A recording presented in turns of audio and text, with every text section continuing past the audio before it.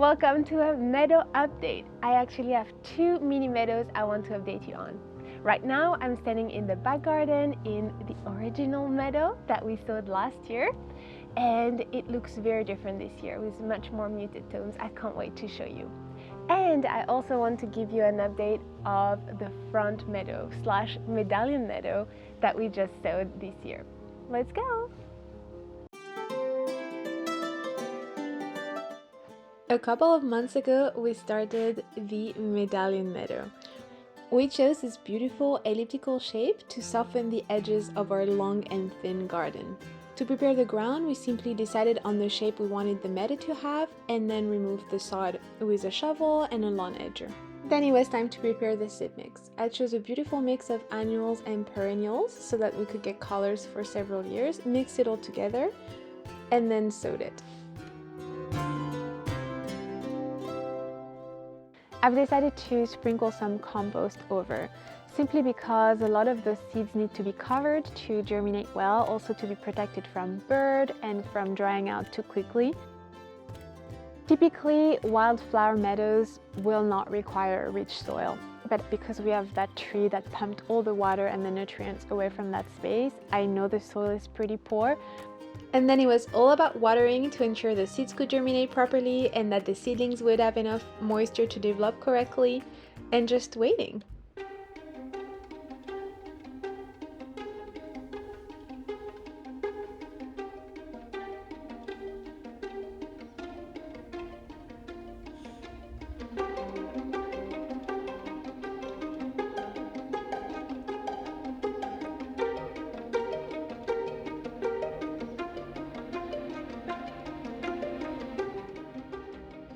We did leave some small patches of grass within the meadow where I'd planted spring bulbs to try to get them to come back next year.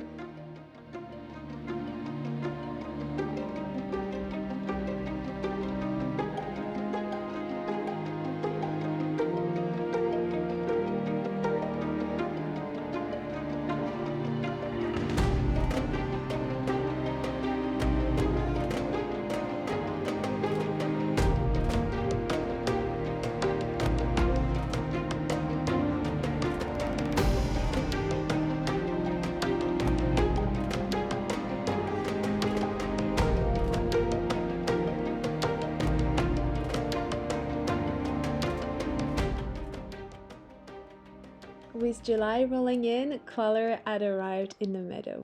We probably will have to wait until next year to see many more poppies because we sowed pretty late and they would have needed a period of cold that we didn't get because of unseasonably warm weather.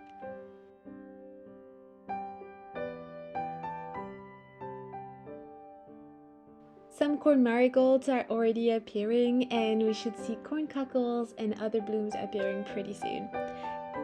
So stay tuned and make sure to subscribe to not miss out any progress updates on the meadows. Now we're heading to the back garden for the first meadow we created in the garden. Last year, in January 2021, we covered the soil for 3 months, sowed a mix of annual and perennials, and a couple of months later add beautiful colors from the annuals. It was truly a heaven for pollinators and a really beautiful space full of colors. This year, 2022, is year 2 of that meadow, so at the end of the season it was cut back and the grass was kept short over the winter. In the second year of the meadow, I was really relying on the perennial seeds we had sowed back in 2021, and it was already really green, and we had some buttercups, the first flowers of the season.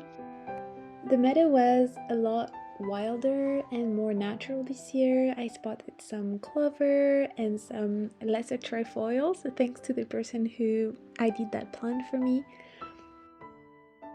And the kittens absolutely adored playing in the meadow.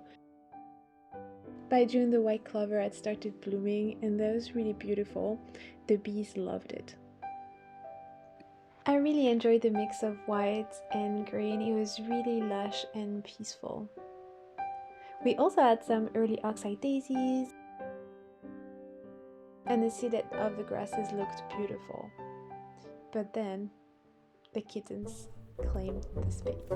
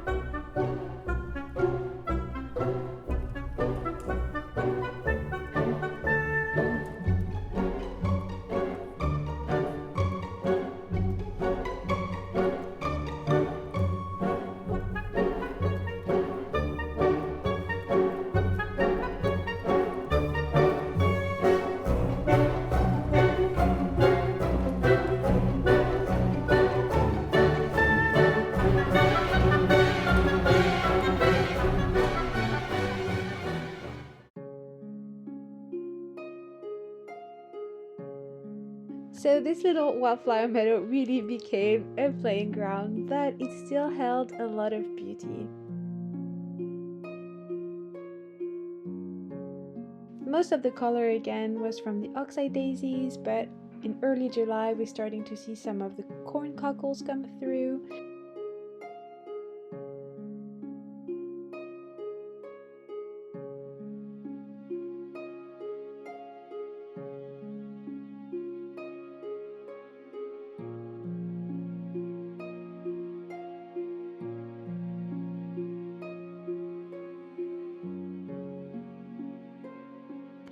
I wasn't quite sure what to expect in year 2 with the perennials kicking in.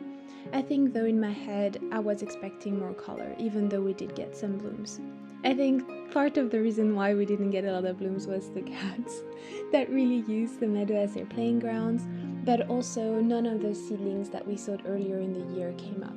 I had added some poppies and caroupses and other varieties, and for poppies, I should probably have done an autumn sowing to help them get the cold that they need to germinate.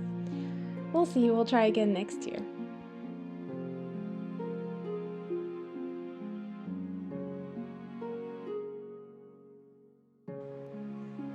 You can see here where they run across.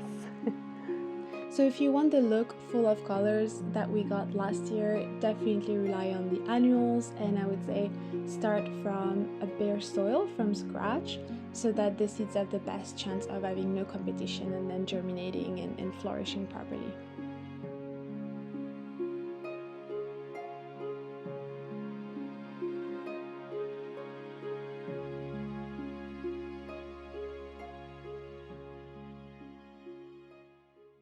So, will you be sowing a meadow in your own garden? It's beautiful. Well, I should call it mini meadow because really it's a small space. But even a small space can make a difference for pollinators, and rewilding your garden is really beneficial. Thanks for watching. I hope you enjoyed this video, and I'll see you next time. Bye!